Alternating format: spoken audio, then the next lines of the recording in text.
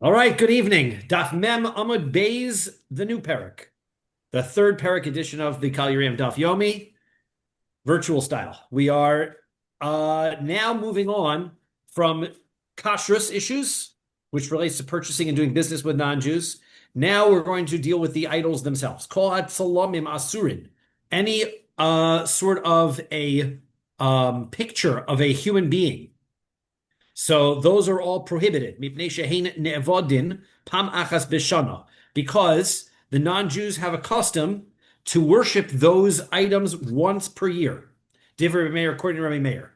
They apparently had some sort of belief that every picture corresponds to some day on the solar calendar. According to Rabbi Meir's version, we're going to see some more details once we get to the Gemara. And therefore, every picture had its day to be worshipped. So if you've got a picture of a person, so cannot have that. According to Rabbi Meir. The Chacham disagree. They say, Eino oser ela kol sheyesh biyado makel. The only types of pictures that are prohibited are those that the person who is in the picture is holding a stick, o tzipor, or a bird, o kador, or a ball. Now, whether this is a picture or an actual graven image is still, I'm not 100% clear on that. Right. This is in the description is tzalamim, where just is a tzelem is a form, a figure. And I'm going to presume that it has to be three-dimensional in some kind of a way. I don't know what the art school comments on that and says that it has to be some sort of three-dimensional, but it should be a statue of some sort. So we're presuming that photographs are not prohibited. You don't have to worry about getting rid of all your photographs.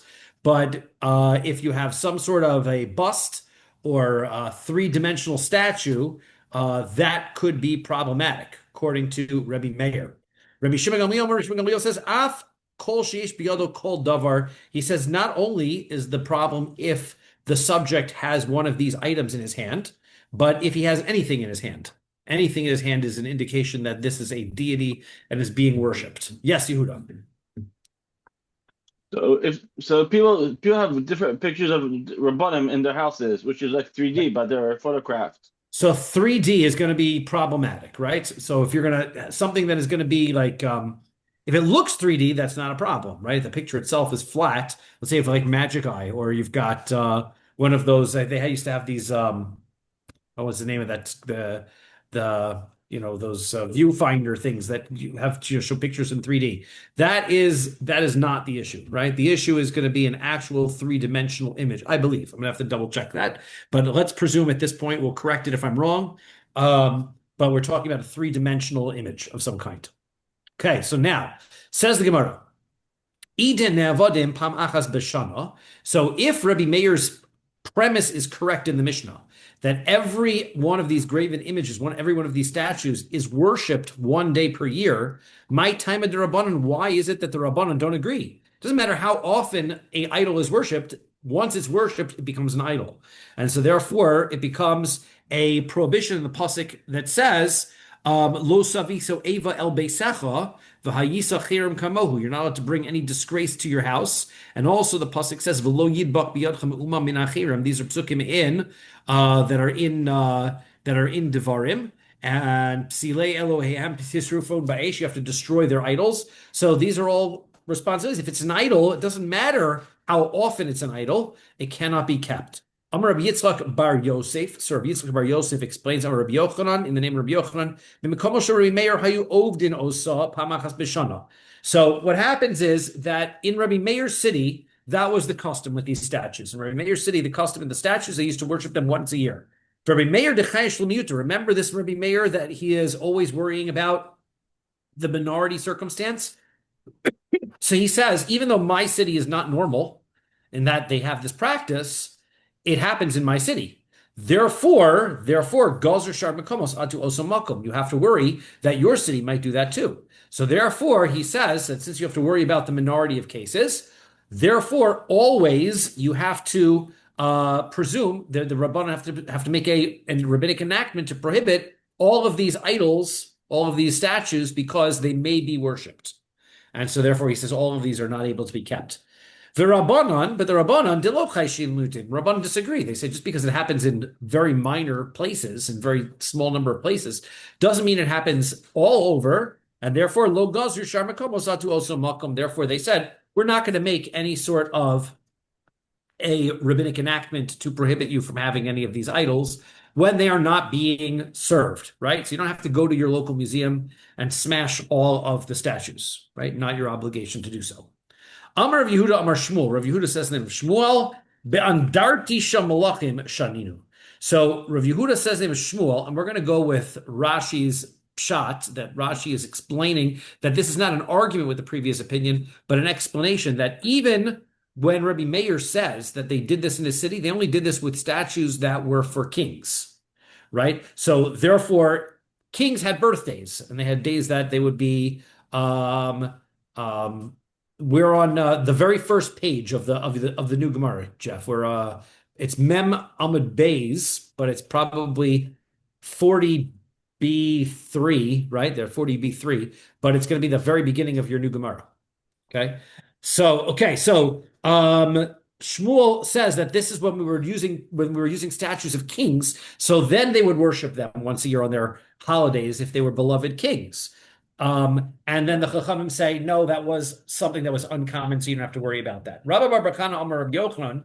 So Rabbi Bakana says the name of Rabbi Yochanan, Ube'omdin al Pesach Madina Shaninu. We're talking about when the idols are being placed in conspicuous and important locations, like at the entrance of the city. In that circumstance, why would they place the idol there? Because it's a worshipped idol. And so therefore being placed there makes it significant and important. But if the idol is just, some kind of decoration on a wall someplace, you don't have to presume that it's been gargoyles or whatever. You don't have to presume you have to destroy all of those because they're being worshipped.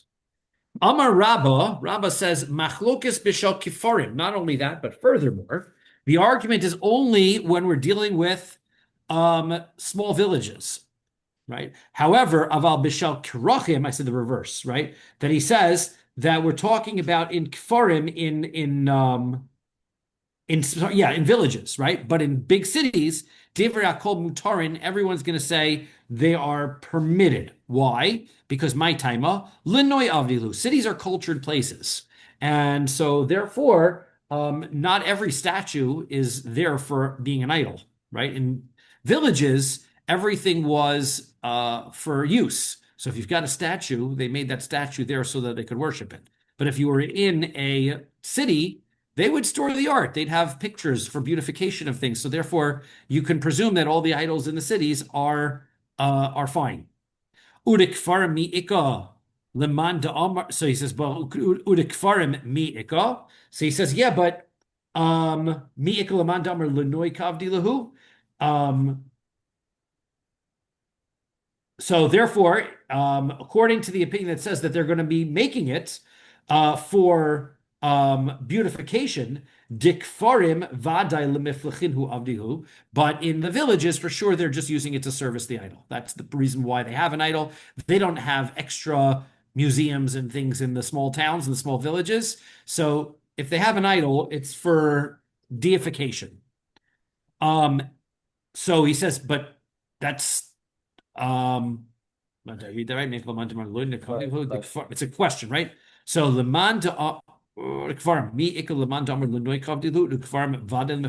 so he says, doesn't make any sense. Like, you're suggesting that the way that you're learning is that if it is in the village, maybe it's for use that it's going to be worshipped, maybe it's not. That was how he came out. And in the cities, it's for sure not going to be worshipped. So that's an odd presumption, right? The presumption is that all idols in cities are not worshipped. Obviously, some are worshipped. And then you're going to tell me that that in a village, all idols are worshipped. Ella itmar hachi itmar. This is the way that we mean to say it. Amar Rabba explains like this: Machlokas b'shel krachim. The argument is in the villages. Is in the cities, right? In the arguments in the cities, because sometimes they have the idols that are used for worship, and sometimes they have them for beautification. Aval b'shel kifarim divrei hakol asurim, but in the villages, then all of them are prohibited, right? So therefore, the way that we learned it originally was some in the villages are used for service, some are not, and in the city everything was permissible. Now we're flipping that. We're going to make it one step more stringent. All of the ones in the villages are all prohibited, and some of the ones in the cities are prohibited. That's where they have their argument in the city. Yes, Yehuda. And that's one of the reasons why Hashem destroyed Sodom, because that was the one city with idol worshippers. We don't have to worry about stones. It's gone. Stone's I know from gone. back before. That's why he So, destroyed it before. um, okay. So now, Chachamim Omrim, the Chachamim say, Einan Asurin. The Chachamim are suggesting that these idols are not prohibited. These statues are not prohibited.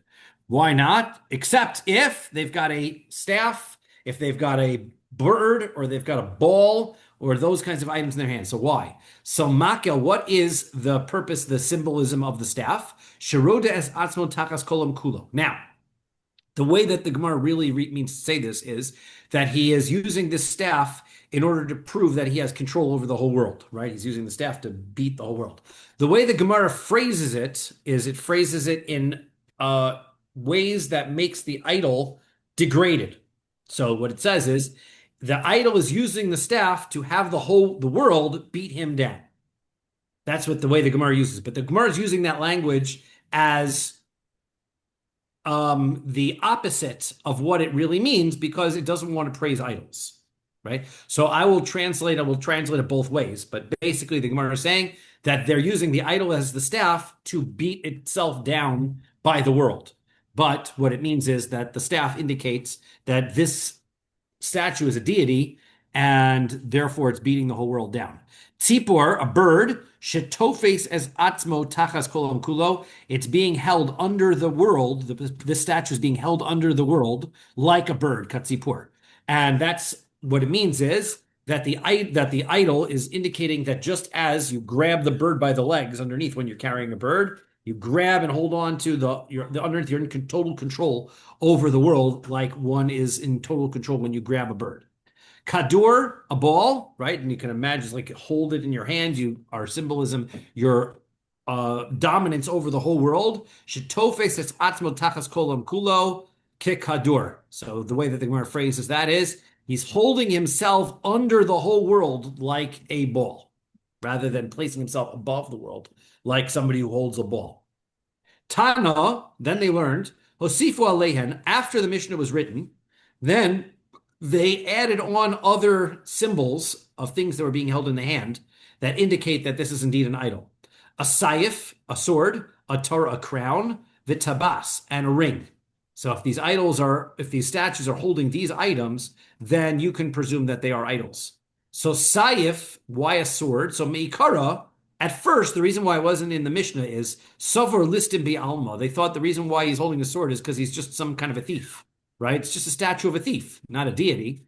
Ulevasov savar shahoreges atzmo tachas kolam kulo. And in the end, they realized that it's a symbol of just like the staff where he's beating the world down. The sword is he's ready to kill the whole world, right? And the Gemara, of course, writes it in the reverse that the whole world he's killing himself over the whole world or something like that. Atara, the crown, Mekar Savar Gedil Kalili Bialma. He's just some guy who makes wreaths, right? So that just happens to be a wreath maker. Luvasof, at the end they realize Savar Katar Lamelech, it's like he's carrying a king's crown. So therefore he's indicating his kingship over the world. Tabas, and as far as the ring, Mekar Savar Ishtaima Bialma. So at first they thought that he's just a messenger, right? The messenger gets the ring and says, here, carry this and seal this for me. So that's what the ring symbolizes. Ulavasof, Sover Shechosim es Asmo Tachas Kolum Kulo Lamisa, that he is sealing the order of the entire world for death. So these are all symbols of greater dominance than originally presumed. And that's why they weren't in the Mishnah, but they later added them. Rabbi Shimon Gamliel says, Tana afilu tsarur afilu kosim. It doesn't matter what you have in your hand, even if he's holding pebbles or he's holding chips, wood chips. Even those items indicate that he has dominance. He's holding something in his hand. So, boy Rav Ashi, so Rav Ashi asks the following question. If holding anything in your hand indicates your strength and your dominance over the world, like your dominance over that item. So Tafas biyadot tsoa mahu. What if the statue of him is holding a big piece of dung? Right? Now, what does that symbolize? Right? So mi amrin kuliyama zilu biape kitsoa. So is he looking at everybody sees this guy as some guy who's just like full of manure. That's why he's kind of like walking around holding that. That's the symbolism. So in that case, it's not a sign that he's a deity. So, O Dilma, who mihu dezil beape kuliyamek. So maybe he views the everything else as beneath him like manure. So therefore he looks at it, looks down on everybody else.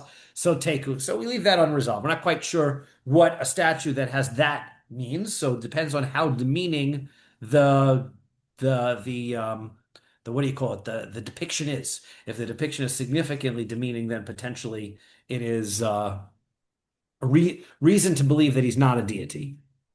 Okay, next Mishnah. That was quick, right? Next Mishnah.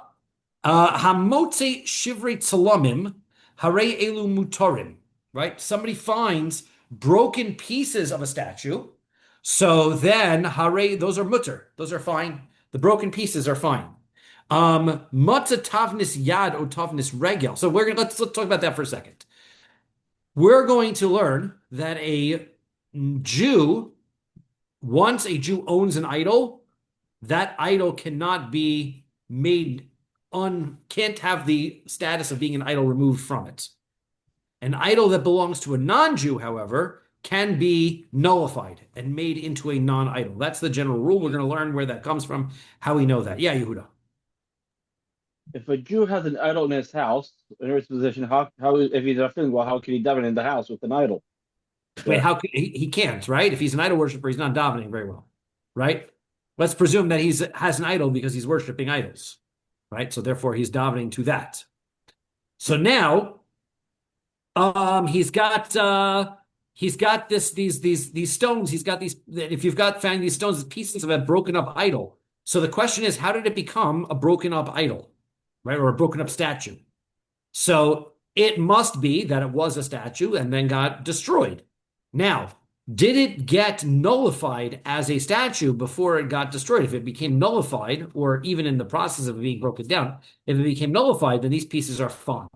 So says the Mishnah, and we'll explain why we're going to presume that's the case. You find broken piece of an idol, then you can presume that it's no longer, it was removed from being an idol. It's not an idol anymore. It's now broken up pieces. However, matzah tavnis yad or tavnis regel, if you find a statue of a foot or a statue of a leg, harei elu asurin, those are prohibited, because you might think that a foot or a leg is a part of a bigger idol statue. But they actually just made feet and legs, and that was the idol. So therefore, it's not a piece of anything. That's the whole thing. So therefore, don't look at it as a broken piece of an idol. So that's the Mishnah. Says the Gemara, Shmuel. Shmuel says, Afilu shivrei avodas kochavim, right? So Shmuel says, not only are we talking about broken pieces of an idol. Now, when you have broken pieces of an idol, a broken piece of a statue, there's a difference between a statue and an idol. A statue is just a statue. It could also be an idol, but we don't know that. So a statue has a status of doubtful Avodah Zara, right? Broken pieces of an idol, right? Now, broken pieces of an idol, we have a doubt also. It was worshipped, it was an idol, but now that it's broken, maybe it's not an idol anymore because they took the idol, whatever the idleness off of this statue and broke it, so now it's not an idol anymore. If you have broken pieces of a statue, which is what our Mishnah is talking about, you have a double doubt. Number one, was this statue an idol in the first place? And number two, even if it was a statue, it's broken now, so they might have removed its status of being an idol at that point. So therefore, when you have a doubt on a doubt, sfeika is sfeika, you have reason to be lenient, right? You have a doubt and another doubt. You have reason to be lenient. That's what our Mishnah talks about. Comes along Shmuel and he says, even if you find the pieces of an idol, meaning you know 100% this was an idol, and now it's broken into pieces, it is fine. It's fine because it's been removed. The status of being an idol is removed. Yeah, but one second. How Shmuel, how can you say that? Didn't our Mishnah not say that? Our Mishnah said, Shivrei Tzalamim, Hu hadin dafilu. So he says, Ashvirit salamim. Our Mishnah clearly says the only time it's permissible is if it's pieces of a statue, not pieces of an idol. You need the double doubt, don't you? And the answer is no. Hu hadin afilu shivrei avodos kachavim. He says no, it's the same law. Either way, it's not a problem. Why did the Mishnah write broken pieces of a statue if it could have even said broken pieces of an idol were permissible? Mishum dekaboy lemisna seifa is because the Mishnah was getting to another point at the end of the Mishnah. The end of the Mishnah says mata tavnis yad tavnis regel. If you find a foot or you find a image of a leg, harei lasurin, those are prohibited mipnei shekayotzi bahen ne'avar, because those items are worshipped. So, therefore, since they're telling you about these statue items, that those items are endowed, those could be idols, right? So then, that's why it talks at the beginning of the Mishnah about statues rather than talk about idols, because the whole Mishnah is going to talk about rules of statues. But the fact of the matter is that broken pieces of an idol are also permissible. That makes sense? Okay? Broken pieces of an idol are also permissible. Tanan, now let's talk about this for a second. We learn a Mishnah. But to tavnis yad, tavnis regel. If you find a hand, you find a foot, harei asurin, those are prohibited because they worshipped parts. Mipnei shekayotze bo nevad, because they were worshipped. Now, amai, why is that? V'hoshvarim ninhu. So this is mem aleph amud beis. Why should that be? These are broken pieces. And if what Shmuel is saying is correct, even though they were worshipped, now they're broken pieces. So they should be unidled. I don't know if there's a good word for that, right? If they should be de-idled. I don't know what to use, but I'll probably say that a lot. De-idled. They should be removed from the status of Avodah Zara, should be removed from them. So Tirgim Shmuel, so Shmuel explained the Omdin al Basison. What happens is that these feet and these hands are on their own pedestals.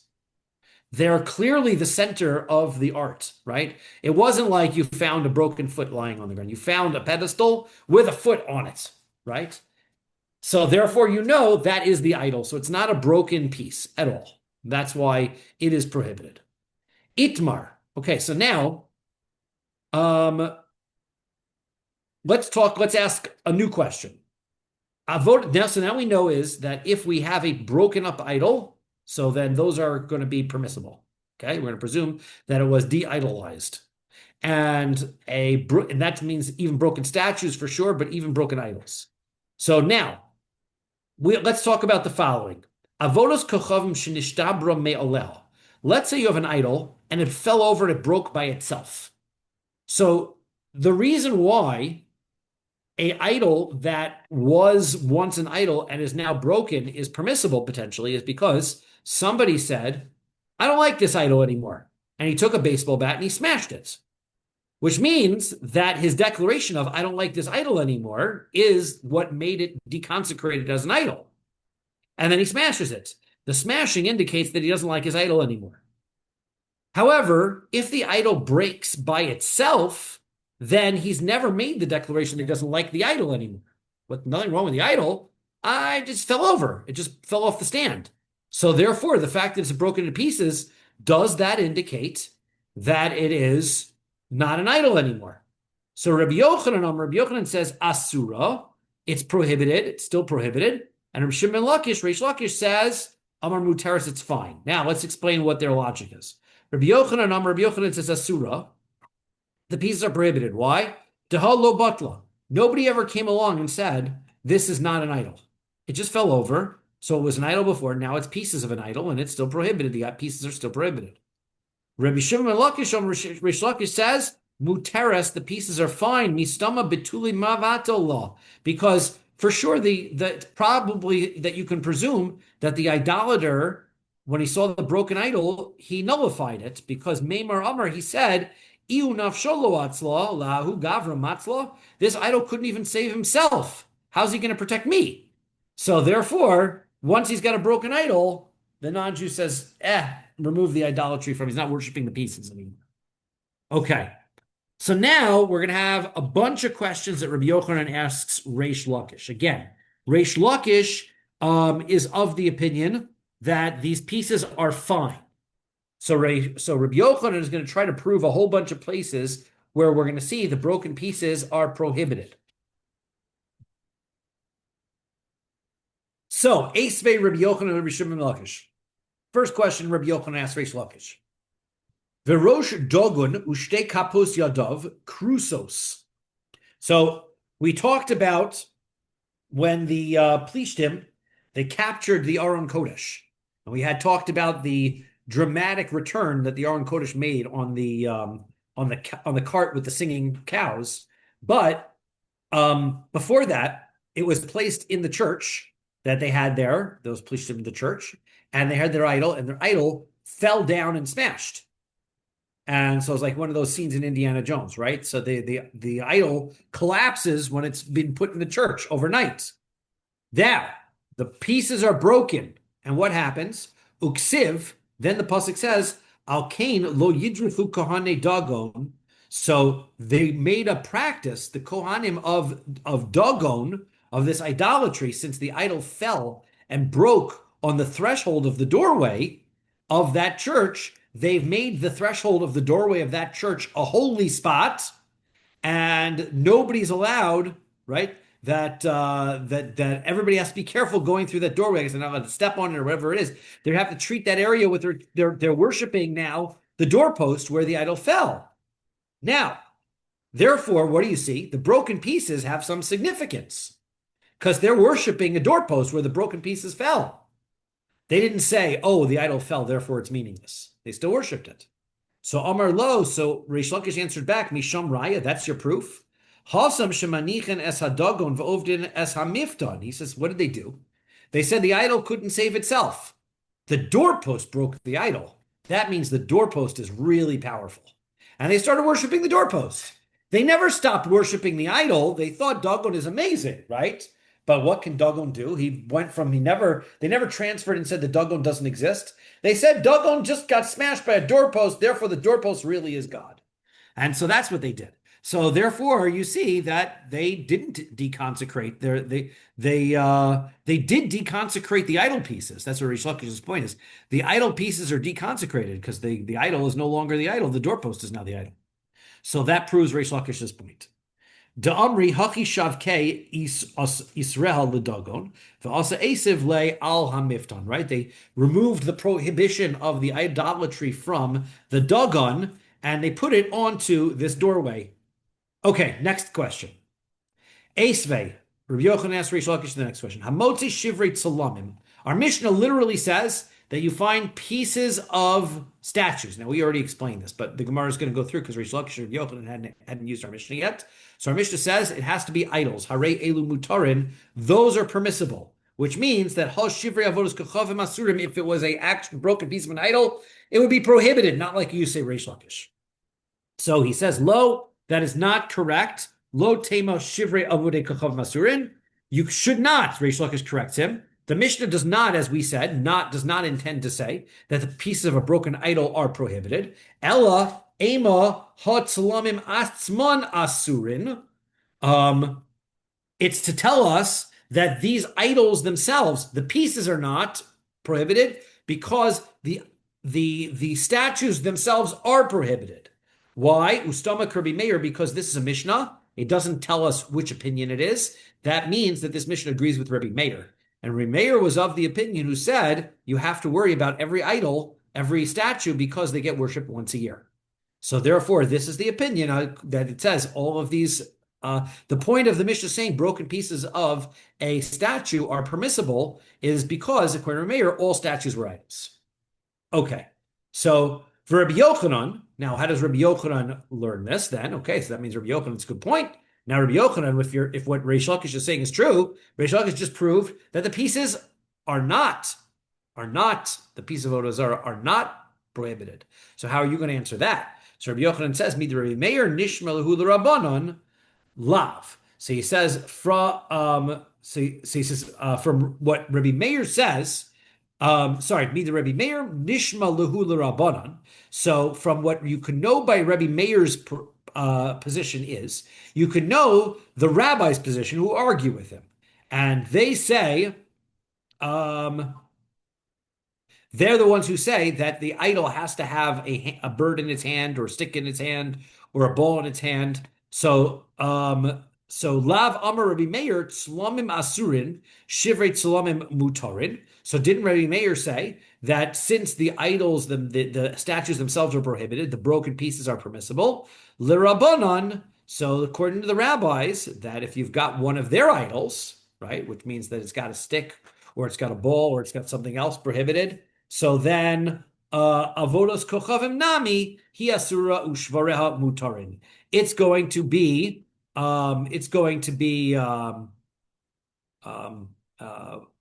there also we're going to see that it is prohibited. The statue itself is prohibited, but the broken pieces are permitted. So therefore, now we've got a question against Rabbi Yochanan, because the Mishnah seems to imply the broken pieces of an idol are permitted. So how is Rabbi Yochanan going to answer that? So hachi hashta. How can you compare those two things?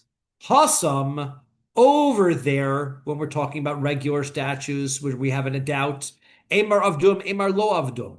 The reason why the pieces are permissible, as we said, because we don't know whether they were worshipped or they weren't worshipped.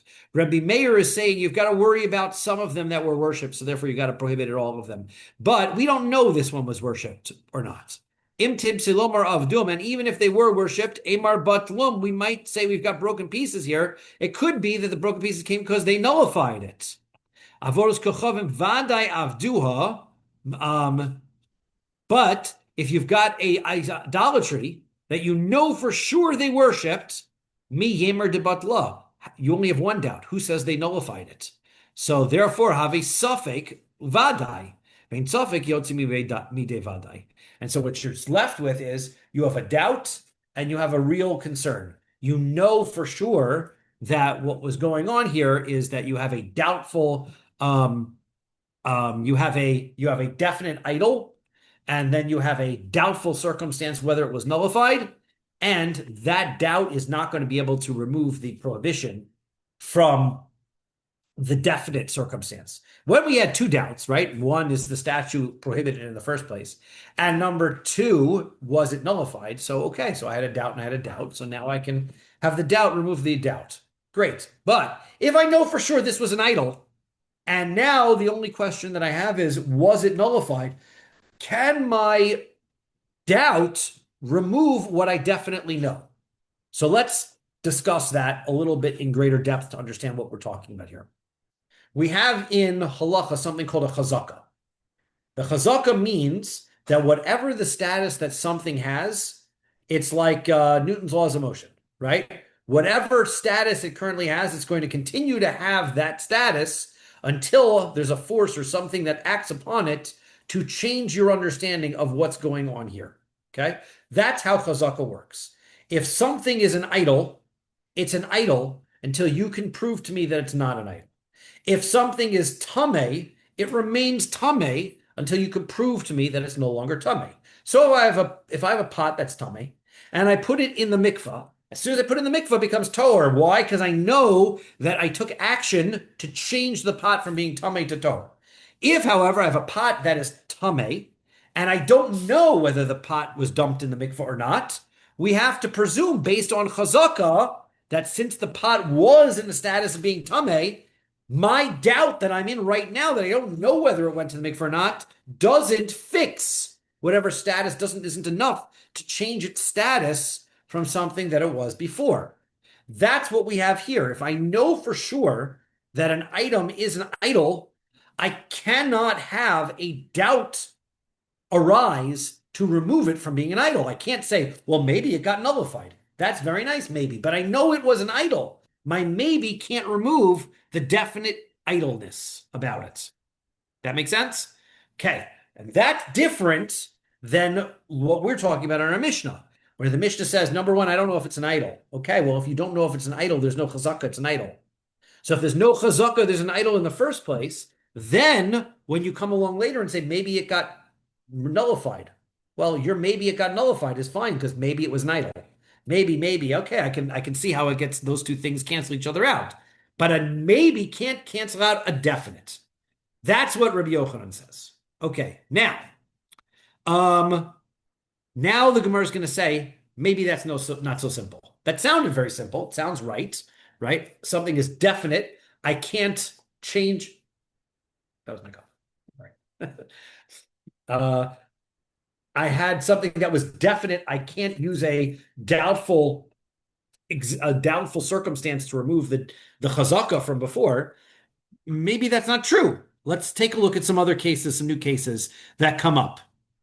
So we'll ask, the ain suffix motzi mi devadai, is it true that a doubt doesn't remove a definite? Is that true? Vehatanya, we learned in a brisa, chaver shemes. Let's say you've got somebody who is a chaver. Now we were introduced to a chaver earlier this week. He is a fellow who's very meticulous in following the laws, particularly when they come to trumos, meisters, tuma, taharos. He's very careful, very meticulous, and so this guy, he's a chaver. He dies. Beiniach megura malea peros, and he's got a storehouse full of fruit or produce. Afilu hein b'nei yoman.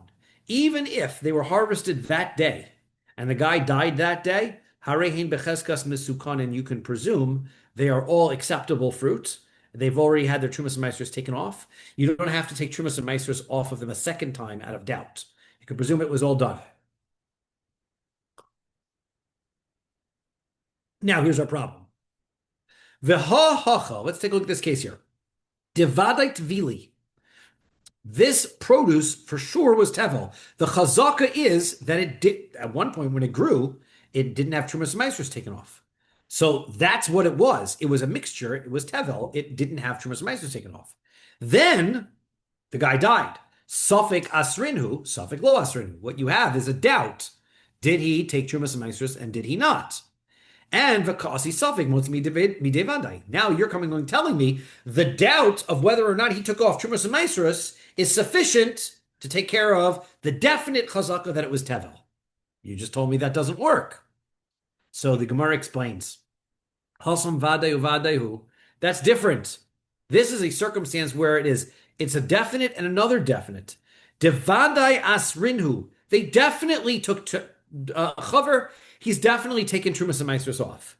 Because Rabbi Chanina Chozah, like Rabbi Chanina Chozah explained, Damar Rabbi Chanina Chozah, Rabbi Chanina Chozah explains, Chazaka al chaver, there is a chazaka about a chaver. So chaver himself has a chazaka. Sheinu motzi davar sheinu mesuka mitachas yado. He doesn't put anything down until he's already taken care of trumas and meisters. It wouldn't be in his storehouse if he didn't take care of trumas and meisters. Therefore, it's not that there's a definite chazaka, and now I'm going to remove it with my doubt. I'm taking a definite circumstance and I'm removing the definite circumstance with another definite. That's why it works. V'boy say more else. I've got a second answer. Suffik v'suffik, it's actually a doubt and another doubt. Why? How so? After David Rabbi Oshaya, this guy's a chaver. He's an expert. So it could be that his produce came into his storehouse in the way that Rabbi Oshaya, you don't know that this produce is really tevel. There's actually a way of getting around tevel, and that is damar ma'arim odam al tevuaso umachnisa b'motz shalah kadesh behemto ochelas uptur min meiser. The rules of truma meiser work that when my produce is completed, once it is harvested, and once it's separated from the chaff, and once it is a smoothed pile, then when it goes through my front door, now it becomes obligated into the storehouse. Now it becomes obligated in Trumas Meisters. That's the moment it becomes obligated in Trumas Meisters. Let's say this fellow took the product, he took the harvested wheat, and before the kernel was separated, he brought the whole thing into his storehouse. It was not obligated in Trumas Meisters yet because it wasn't a full finished product. Then he finishes the product inside his storehouse. It's still not obligated in Trumas Meisters because that doesn't go through this door.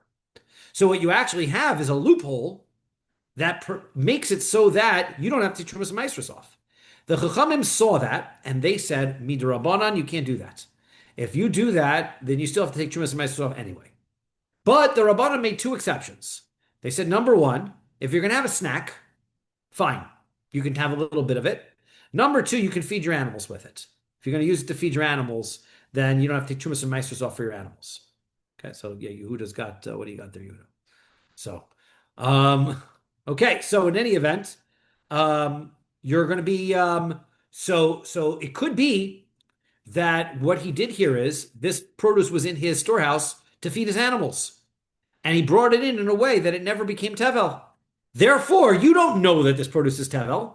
That means that it doesn't have a chazaka, it's tevel. It has a suffix, it's tevel. It has a doubt that it's tevel. And now the doubt that the trumos and meisos were already taken off, take care of that doubt. So two answers are either it's definite and a definite, or it's a doubt and a doubt.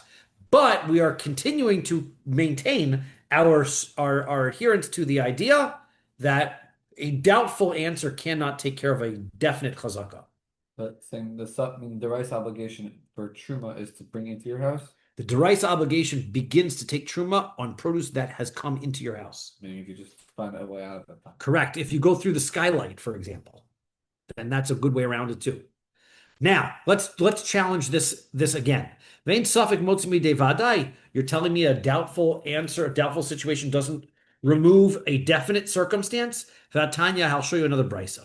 Amar Rabbi Yehuda says, Maisa b'shivchoso shel matzik echad. There was once a story of a shifcha, a maidservant of a certain oppressive Jew, Mem Beis Medaf, 42a. Berimon shehetila, Berimon, in the place called Rimon, shehitila nefel labor. What happened is she was pregnant, and then she had a miscarriage, and she threw the fetus into a pit. And now Uba Kohen, the Kohen comes along, and he's a posek, and he has to inspect. Was it a male fetus? Was it a female fetus? Because we need to know whether it was going to be able to, how long this woman was going to be tummy for or tahor for. So, Leidaim Zachar Nikeva. So he comes to take a look at the pit in order to see. Now, the issue is, he looked at the pit. He didn't see anything in the pit. But if the fetus was in the pit, he's a Kohen. Isn't he tummy now? Because now all of the tumah rose up. He put himself over the tumah. So what we have is the fetus might not have been there. So Ba Maisel Lifnei Chachamim, the story came before the Chachamim, Ve'tirinu, and they said, no, you're tahor. Mipnei Shechulda Ubardalis Mitsuyan Sham. Why? Because there are weasels and polecats that are in that area, and they drag away any kind of their scavengers. So that means that the fetus that was thrown in the pit, it wasn't there anymore. So don't worry about it. Now, 1 second. We know she definitely threw it in there. So the chazaka is it's there. Suffik garu, suffik lo garu. You have a doubt whether the weasel or the polecat removed it. So the ka'asi suffik umotzimi devadai. How is your doubtful circumstance of the weasel or polecat removing the definite presumption that the fetus was there? This kohen should be tameh. So lo tema hitila nefik labor, ela ema hitila kimin nefik labor. The answer is because you got the story a little bit wrong. She didn't throw a fetus into the pit. A stillborn baby into a pit. She threw what was an amniotic sac into the pit. It might not even have been a viable or significant birth in the first place, enough to cause tumah. And therefore, that might not have been an issue. So, but wait a second, the Kohen was looking to see if it was male or female. That means he knew that it was a viable, it was a real fetus. So the answer is no. This is what it means. He was checking two things. Number one, was it a real fetus or was it just, a miscarriage? And if it was, in fact, a fetus, then he needed to know whether it was male or female. That was what he's trying to ascertain. You have no chazak. Again, it's a double doubt. That's very similar to what we've been talking about. A double doubt can be resolved by a doubt. So, V'boy Semer, if you want, I will answer. Keva de shechudo bardos mitzuyan sham. If you know that there are weasels and polecats in the area, vaday garu. They for sure have taken it away. In other words, that's not a doubt. That wasn't served that most times it's taken away. No, it is definite. It is gone. That's that. Esvei. Okay, back to the questions that Rabbi Yochanan is asking Reish Lakish. Okay, again, Reish Lakish wants to say the broken pieces of this idol that broke by themselves are permissible. And Rabbi Yochanan is trying to prove that is not the case. Matzah tavnis yad tavnis regel. The next part of our Mishnah says, you find the form of a foot or a form of a leg. Harei lu asurim, they are prohibited. Mipnei shekayotzi bahen neva, because they are the likenesses of these types are serviced as idols. So amai, why should that be? How could you say that they shouldn't be prohibited? Hashvarim ninu, they're broken pieces. And so therefore, according to you, Reish Lakish, they should be permissible. So the answer is Hatirgama Shmuel. Shmuel already explained this, what we had said before. Be'omdin al basison, they were standing on their own pedestal. So therefore, we know that these were the individual crafted idols this way. It's not a broken piece at all. So that's not a question of Reish Lakish. Esve, so he tried again. Ove kochavim mivatel ovodas kochavim shalo v'shel chavero. A non-Jew has the ability to nullify idolatry that belongs to himself or another non-Jew, right? He's got enough. His friend's got an idol, and he says, we don't believe in that anymore. It becomes a non-idol. Now, his friend can come home and worship again and make it an idol again, right? But he has the ability to nullify the idolatry. The Yisrael, but a Jew, Einam mevatel avodas kochavim, shall V'Yisrael Einam mevatel avodas kochavim shall ovei kochavim. But a Jew can't nullify idolatry that belongs to a non-Jew. He can't do it. He doesn't have the ability. So, why should that not be? If he takes a baseball bat and smashes the idol, okay, and he says, this is not, I'm hereby nullifying it. So it doesn't work. Now, why should that be? It should be no worse than if the idol breaks by itself. Certainly the idol, the non-Jew should look at it and go, hey, this idol couldn't save himself from this Jew's baseball bat. So how can it protect me? Right? So why is that not, why are those pieces still prohibited? So Amar Abaye, so Abaye explained, Shepachsa, the answer is, Shepachsa.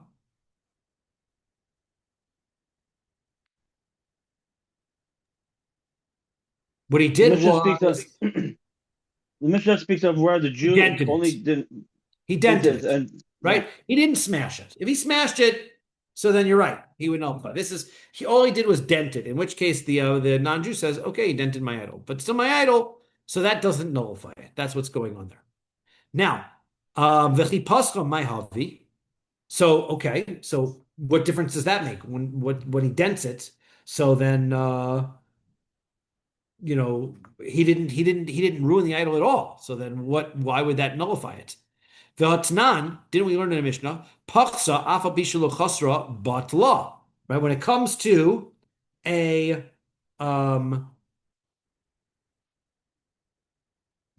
a non-Jew nullifies an idol by smashing it and he dents it, but he doesn't smash it, doesn't break, that nullifies it. That is in itself, by the denting it, it nullifies it. So why shouldn't it be the same thing by the Jew? When he dents it, he should also nullify it. So the answer is Hani Mili Shepachsa Ove Kochavin. That's only if a non-Jew does it. Because again, his banging it actually is nullifying it. Aval Pachsa Yisrael Lo Batla. But if a Jew, he dents it, it doesn't nullify it. Right? So that's not going to nullify it. For Rava Amar, and Rava gives a different explanation. He says that's not. He disagrees with Abaye. Abaye's point is that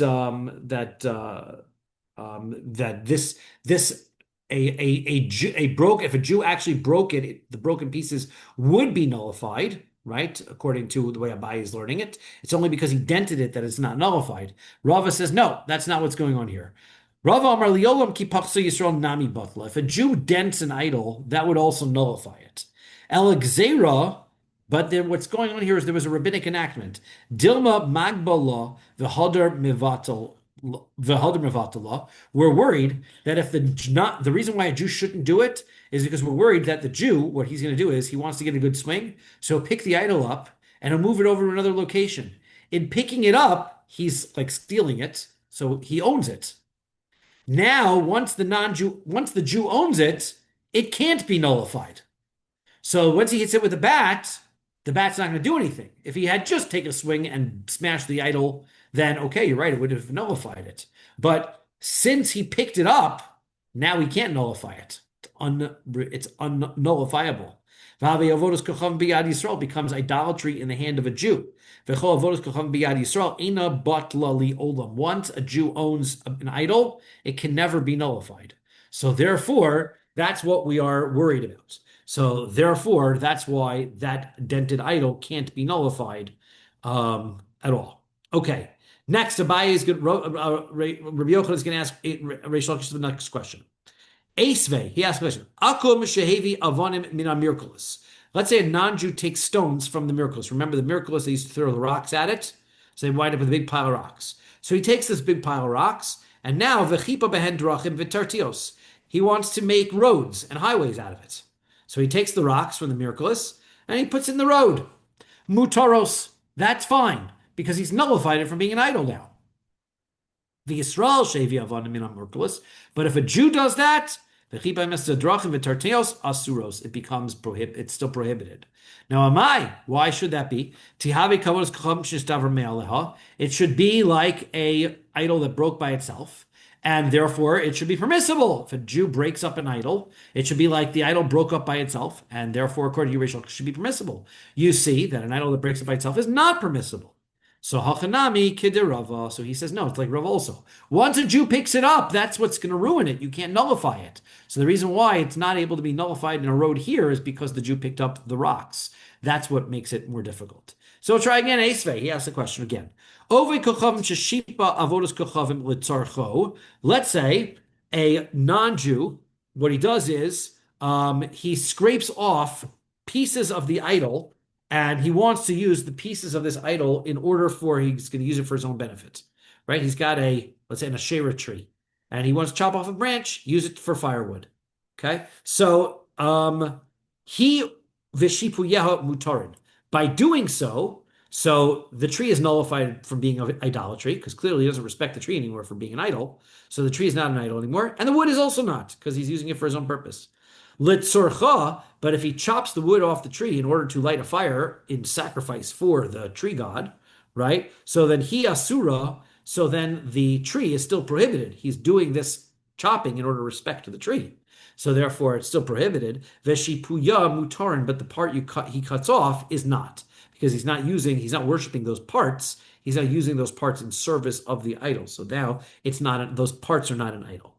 The Yisrael, but on the other hand, a Jew, Sheshipa avodas kochavim, if he takes pieces off of an idol, bein letzorcho, it doesn't matter whether it's for his personal use or for the use of the idol, he v'shipuya asurin, the idol is still prohibited, and the pieces are still prohibited.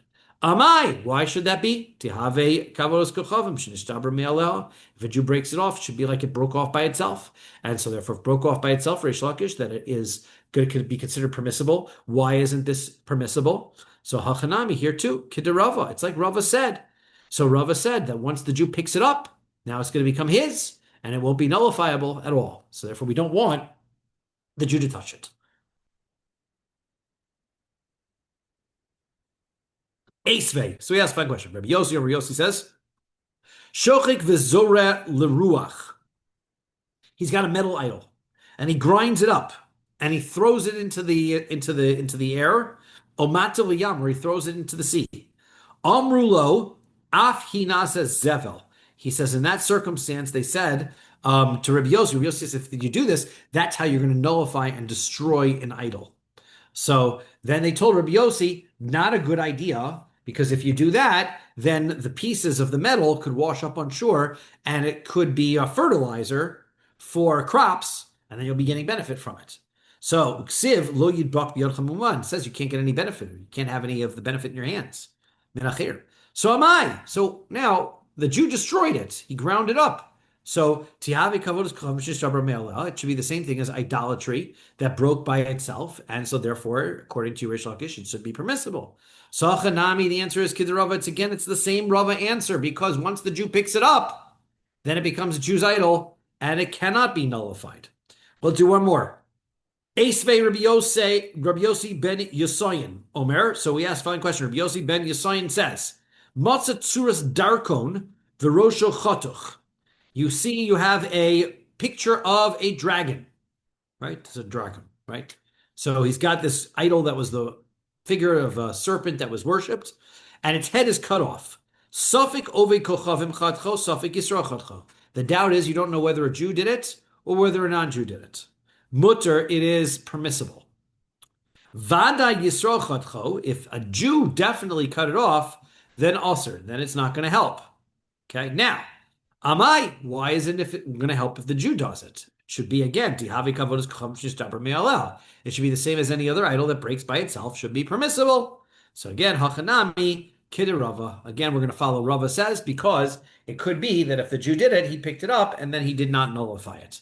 So, and the reason why the dragons were different is because it wasn't clear that they were being worshipped. So therefore, you have a doubt whether it was worshipped, and therefore a doubt whether it was nullified makes sense. But if you know for sure that it was never nullified because a Jew was the one involved in cutting off its head, so then that's not going to nullify. You need at least a doubt that it was done properly. Okay, it's a good place to stop. Stop by the next Great. question. Quick question. So one of the common ideas throughout here is that a non-Jew can nullify an idol, but a Jew cannot. Correct. So what? I missed that point. Why is that the case? We have not really discussed it. We took it as okay. I presented at the beginning of the perek as a theorem. That's it. Okay. All of our conversation is going to be based. We're gonna prove it later, but the Gemara has not really gone into this discussion as yet.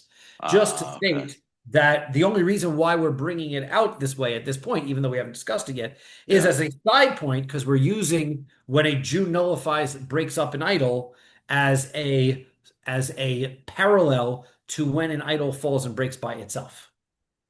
Gotcha. That at least we say is the same thing. It's no worse if the idol breaks by itself, the non-Jew will nullify it, consider it nullified. Mm-hmm. So why would the non-Jew consider it nullified if a Jew breaks it? And the answer is because if the Jew picked it up and broke to break it, then it couldn't be nullified at all because the Jew picked it up. And we have not discussed why that is or where that source is or why it becomes once it's a Jew's idol, he can't nullify it or any of those things. That will be discussed later. Oh, okay, so that is going to be explored in this and later in the Gemara. Beautiful. Beautiful. Beautiful. All right. Okay, so Rabbi Loiterman, did you say tomorrow night it's 8:45? 8:45, correct. Okay. All right, perfect. I will send the message out. Just confirm. Eitzvah. We're starting from Eitzvah tomorrow. Yes, we are. But there's like 16 Eitzvahs. So it's the last line. The final challenge to Rish It's not the one on the fourth to last line. It's the one. Yes, it is. The one on the fourth to last line. Yeah.